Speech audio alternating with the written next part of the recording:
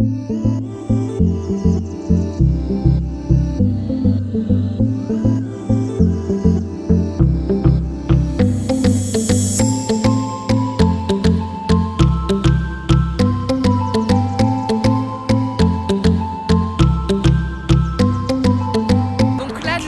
arrivé à Paris avec les filles. Il y a Capi.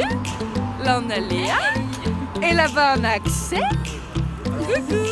Et là en fait on va aller visiter la garde républicaine.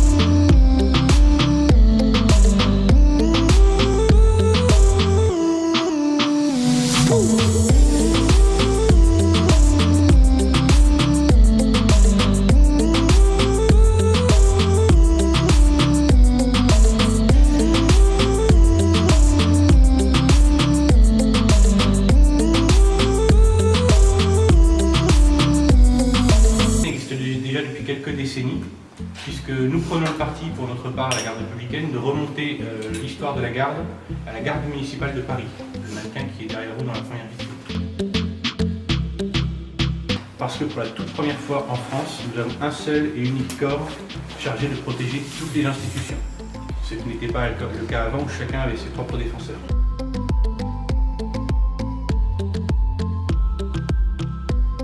Vous avez le sabre qui est retenu au poignet par ce qu'on appelle une dragonne. Ça permet d'éviter de lâcher le sabre lors d'une charge parce que c'est très lourd. Et si jamais on lâche le sabre par les gardes, qu'il est attaché au poignet, le sabre va avoir tendance à même frapper dans le niveau du cou. Et donc en fait la crinière sert surtout à se protéger de ses propres coups.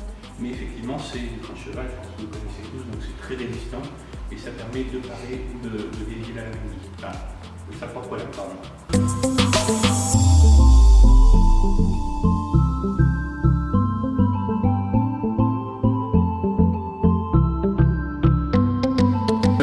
Alors la garde républicaine elle-même n'a jamais utilisé ses chevaux au front.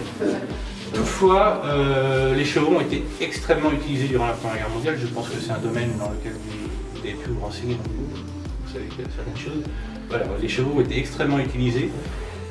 Au niveau de l'ensemble des armées, d'ailleurs, ça explique pourquoi aujourd'hui nous avons des régiments de cavalerie qui sont en fait des régiments de tanks ou de blindés. C'est qu'en fait ce sont pour la plupart des régiments qui sont partis en 1914 au front avec leurs chevaux et qui sont revenus en 1918 après l'armistice avec des chars et des blindés achetés à des pays étrangers, notamment aux Américains.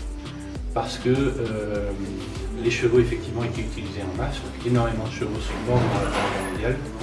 Et l'utilisation a été totalement modifiée durant le conflit.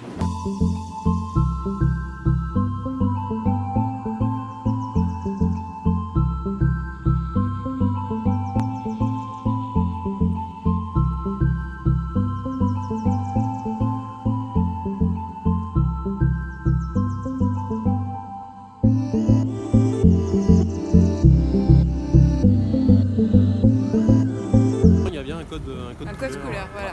Il est en train de m'expliquer qu'en fait, il y a un code couleur par rapport aux robes des chevaux pour du coup les affecter dans les différents escadrons et les différentes cavaleries. En fait, chaque robe a un rôle particulier. C'est bien ça? C'est ça. Okay.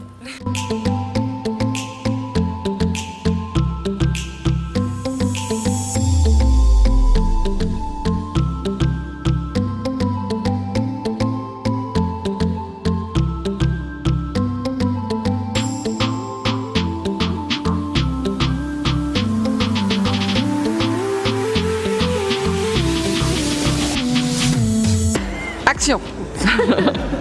Donc le régiment de cavalerie est composé de 3 escadrons plus l'escadron hors rang. Donc l'escadron hors rang qui correspond à la fanfare de cavalerie. Et chaque escadron a vraiment sa robe particulière. Donc le premier escadron basé ici au quartier des Célestins en plein cœur de Paris. Donc les chevaux au premier escadron sont de couleur alezane. Ensuite, on a au 2e escadron donc les chevaux B. Donc le 2e escadron se trouve en face le château de Vincennes. À Vincennes, nous avons également le 3e escadron, donc, où là les chevaux sont couleur B. Et on a des gris à la fanfare, c'est ça? Et pour le coup, voilà, alors les chevaux, les timbaliers, Ouais. donc peuvent être de couleur grise. Et on a aussi les chevaux qui portent l'étendard. Donc l'étendard, c'est le drapeau du régiment de cavalerie qu'on appelle un étendard. Et donc les chevaux de l'étendard sont gris également.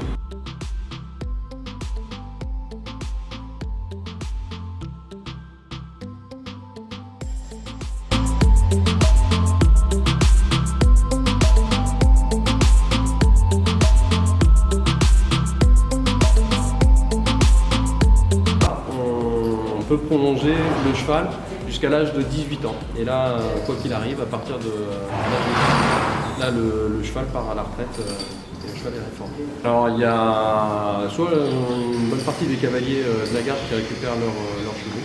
Donc, après, on a une liste d'attente.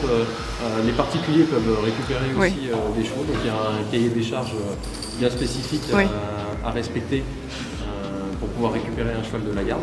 Il me semble que c'est plus de compétition, rien du tout, je crois. Ouais, c'est, voilà. Pas de compétition, pas dans un centre orchestre, donc on peut faire de la balade. Cheval de loisir, voilà, mais ouais. Totalement. Avec un abri des bonnes conditions pour les bergers. Donc il y a un cahier des charges à respecter. Et sinon, on a donc l'association Ligne Guérou aussi, qui récupère les chevaux qui n'ont pas pu être récupérés. Donc voilà. Et donc vous disiez les cavaliers peuvent reprendre un cheval, chaque cavalier a son cheval, c'est ça? Tout à fait. D'accord. Chaque cavalier s'occupe un ou deux chevaux, ça dépend. Et donc on s'en occupe vraiment de A à Z. Voilà, c'est au niveau du dressage. Ensuite, on part en service avec son cheval, on défile avec son cheval.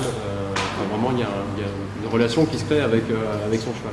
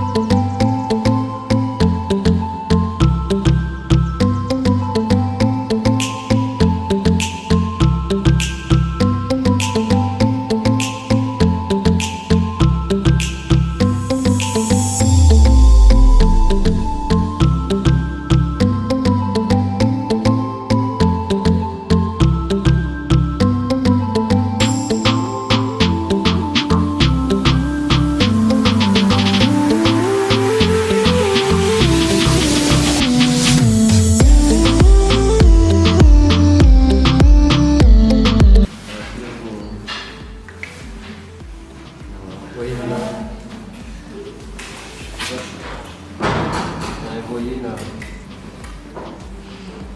il est très intrigué par les caméras.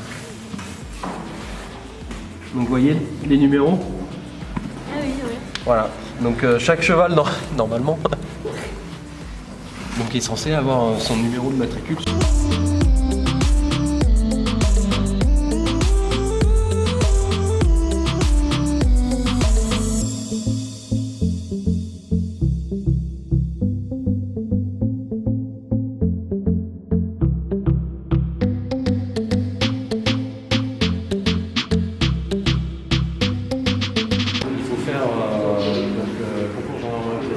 Qu'on a eu le concours de gendarmerie. Donc c'est école gendarmerie, donc là on apprend les gendarmes.